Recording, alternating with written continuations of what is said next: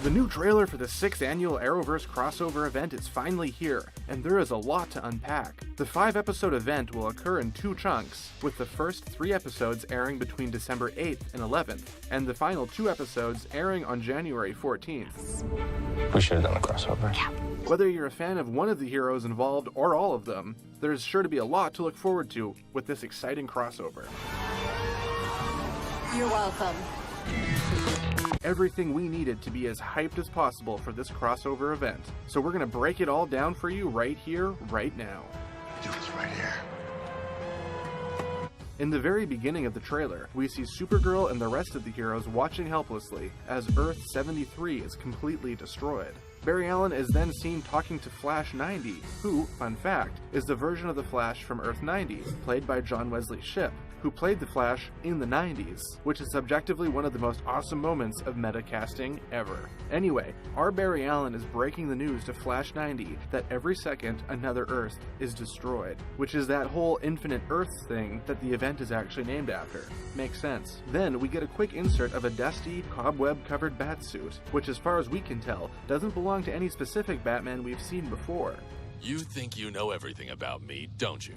We know that Kevin Conroy, the legendary actor who has been voicing the Caped Crusader on the Batman animated series, has been tapped to play the version of the Dark Knight during the Crisis. Well, you're wrong. So maybe he'll be dusting off this suit to join in on the fight. He'll be making his appearance in the Batwoman episode of The Crisis, which is the second installment of the series, following the Supergirl episode. Batwoman will clearly play a big part in the whole event, as we see her in the trailer saying a determined, yet also kind of relaxed, "Let's go save the universe." After that, we get a classic superhero landing shot, as Supergirl, and one of the few Supermen who will be appearing in The Crisis, crash through a roof onto some dusty ground. Following that, a dramatic, hair-flipping group turnaround by Batwoman, and some of the Legends of Tomorrow gang, a quick shot of Sarah Lance looking gravely concerned, and an epic close-up of Lila Michaels in her full Harbinger getup. Harbinger plays an integral role in the original Crisis from the comic books, and the creators of the show were determined to keep it that way for the crossover event. If you're not familiar, Harbinger started out as something of a sidekick to the Monitor. Were you successful? Yes. Let us proceed. But was eventually empowered by him and sent on a mission to gather all of the forces necessary to take down the Anti-Monitor. So it looks like she'll be doing the same thing here, and we can't wait. After Harbinger, we see a flash of Tom Welling reprising his role as Clark Kent, looking like the brawny paper towel man and living a low-key farm life. There is no word yet on whether or not he'll be donning the old cape again, but seeing as there are a handful of other returning Supermans, they might be okay without him. Really?